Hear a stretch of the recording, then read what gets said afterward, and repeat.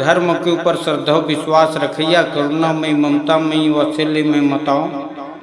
मानस के राजहंस आओ हमार मानस परिवार, भव्य मानस परिवार ग्राम भीमपुरी संगीत नगरी खैरागढ़ के तरफ से आप सबके श्री चरणमला हमार समस्त ग्राम के देवी देवता ला सत सत प्रणाम है। आओ सुंदर सबरी प्रसंग सुनबोन, सुन के ओ अपन जीवन में उतारे की कोशिश करबोन। आओ सुंदर ये प्रसंग ला सुनी और अपन जीवन ला सफल बनाइन। बोल सियावर रामचंद्र की जय।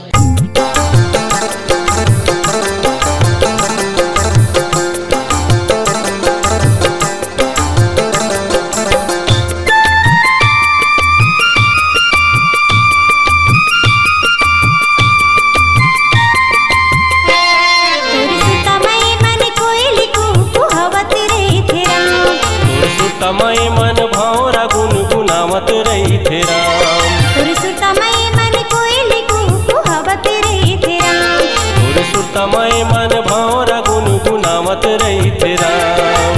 पाखी बांधे जीविया घास उड़ावत रही थे ना, हरि जी उड़ावत रही थे ना। पाखी बांधे जीविया घास उड़ावत रही थे ना, हरि जी उड़ावत रही थे ना। तमय मन भौरा गुनगुनावत रही थे राम, तमय मन भौरा गुनगुनावत रही थे राम।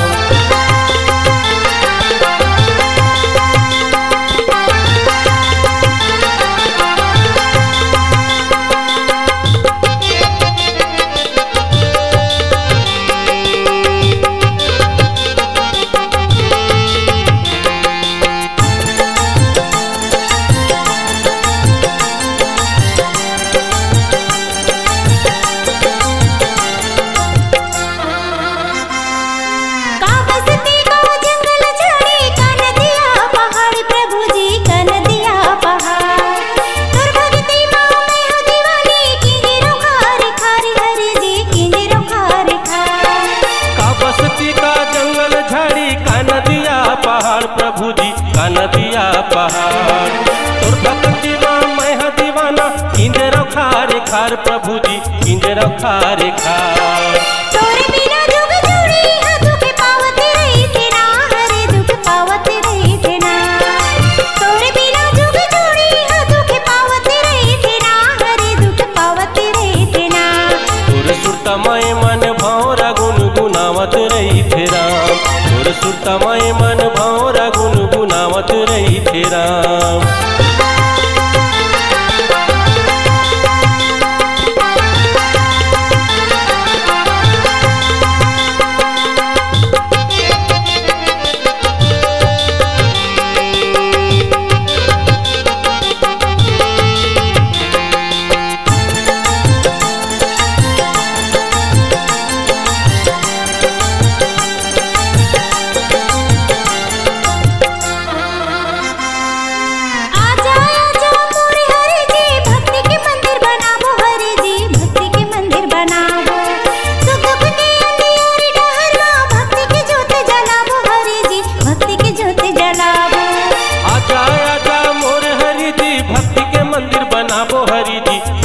मंदिर बनाबो सुख दुख के अंधियारी डहर में भक्ति के ज्योत जलाबो, हरि जी भक्ति के ज्योत जलाबो।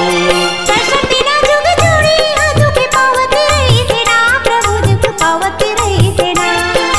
दर्शन बिना जुग जुड़ी है दुख पावत रही थे ना, प्रभु दुख पावत रही थे ना। तोर सुरतमय मन भौरा गुनगुनावत रही थे राम, तोर सुरतमय मन भौरा गुनगुनावत रही थे राम। तोरी सुरतमय मन कोयली कुहवत रही थे ना, कुहवत रही थे ना, कुहवत रही थे ना, कुहवत रही थे राम। श्री गणेशाय नमः। करता करे न कर सके और गुरु के सब हो, सात दीप नौ खंड में गुरु से बड़ा न कोई। आओ ये मल्ल सकेल के कुछ समय ले चली माँ सुग्री के पावन प्रसंग में। भिलनी परम तपस्वनी सबरी जाको नाम, गुरु मतंग कह कर गए तो ही मिलेंगे राम। सबरी बड़ा प्रसन्न होके गुरु जी के चरण ल धर के किथे वासिकन में भाई गुरु के वचन तिलगा के आगे जो जो फुगो तो आगे। दंडक वनमा ऋषि मुनि अड़बड़ झन रहाय, मतंग जी के सुघर आश्रम घलो वहाँ रहे। बघवा पोखरा एके संग पानी लपिए, पूर्ण ला दुखो नहीं है उमर भर जिए।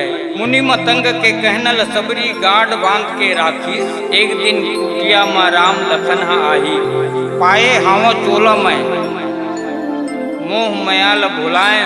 हरि के भजन ल मैं तोर करे नहीं पाए। आश्रम के चारों मुड़ा धुर्रा ल झर्राथे, रद्दा के काटा कूटी सबरी हा हटाते। सबरी दाई मन में सोचे आज मोर राम हर आही, चुन चुन के राखे हूँ कंद मोर भूखा राम हर खाही। चारों कुतीले रास्ता हवे कोन न कोनो डहर ले आही, एती जाहूँ रास्ता देखे बर ओ कोती ले आही। झोपड़ी ला सुनना देखी प्रभु हर कोन नहीं है का भाई, ऐसे कह के रेंग ही राम हम और मन हा पछताही। एखर ले कोनो कोती नहीं जाऊँ, कुटिया में रही हूँ। दूरिया ले आवत देख के प्रभु के पाँव ला धर हूँ। भैया हो दीदी हो उसके बेर राम जी आज थे लखन लाल जी के साथ में। आज मिलिस मोर गरीबीन के धनहा, सुते भाग हर जागी। सबरी कहे सुन तो भैया गुरु के वचन हम मोला वैकुंठ कस लागे। सबरी आश्रम राम पधारे, राम लखन जी के साथ में। चरण कमल लपट लपट के पाँव पखारे हाथ में। कंद मूल फल खात खात प्रभु बार बार बखानत है। हाथ जोड़ के सौरी ठाड़े श्याम गुरु दो भाई के। कैसे स्तुति करो श्री राम लखन रघुराई के। नीच जात अति अधम मंदमति सौरी चरण तुम्हार है। जात पात धन धर्म बढ़ाई, भक्ति बिन कुल काम के। सुर मुर माता रिश्ता नाता भक्ति भाव भगवान है। तो भैया बात वही ताय, प्रेम बड़े दुनिया में मैं देखे, प्रेम ले बढ़ के कुछ नहीं भाई। भैया प्रेम में यदि आप कोई बुलाओ तब आज थे, कर लिया वो काम है, भज लिया वो नाम। आप सब जानत हो है राम नाम अति मीठा, कोई खा के देख ले आ जाते हैं राम जी, कोई बुला के देख ले। बात इसे था भाई, प्रेम नहीं है भाव नहीं है यहाँ सब कुछ बेकार है। प्रेम है भाव है वहाँ सब कुछ है। पानी के बिना नदी बेकार है, अतिथि के बिना आंगन बेकार है। प्रेम नहीं है तो सगे संबंधी बेकार है, पैसा नहीं हो तो पॉकेट बेकार है।